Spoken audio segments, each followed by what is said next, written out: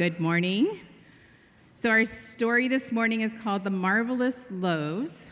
And if you don't know me by now, you know that you need to participate in my stories, right? Yep. So Grandpa Allen is a character. When you hear Grandpa Allen, you cheer. So let's hear a cheer. Okay? The sheriff, we boo. Ready? Boo. All right. So the baker of the marvelous loaves is Grandpa Allen. And Grandpa Allen is a member of the Nottingham Unitarian Church. When he is asked about his bread recipe, he simply says, the secret ingredient is love.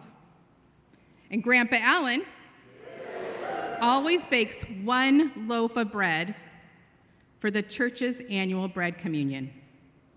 The children and the adults wonder how one loaf is going to feed the multitudes in the congregation.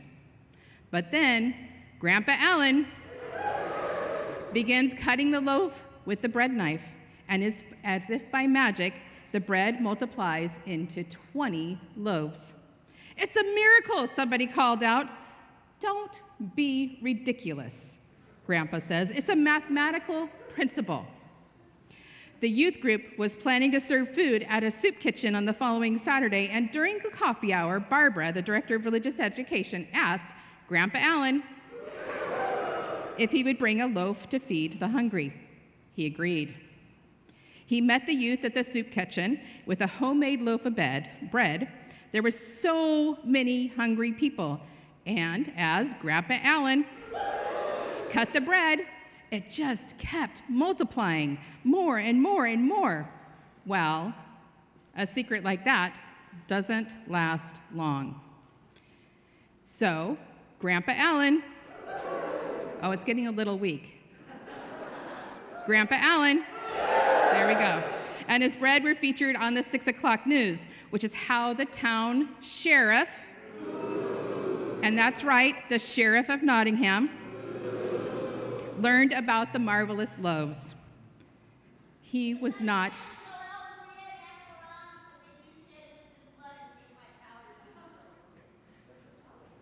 Okay. He was not a nice person. In fact, he was a bully to those around him. And when he saw the news, he knew that he had to get a loaf of that bread.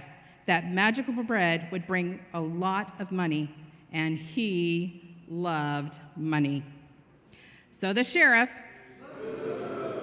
went to Grandpa Allen's home and offered, then bargained, then threatened in order to get a loaf of bread.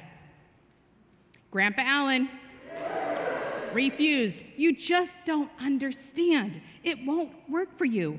Nothing personal, but there is a mathematical principle at work here.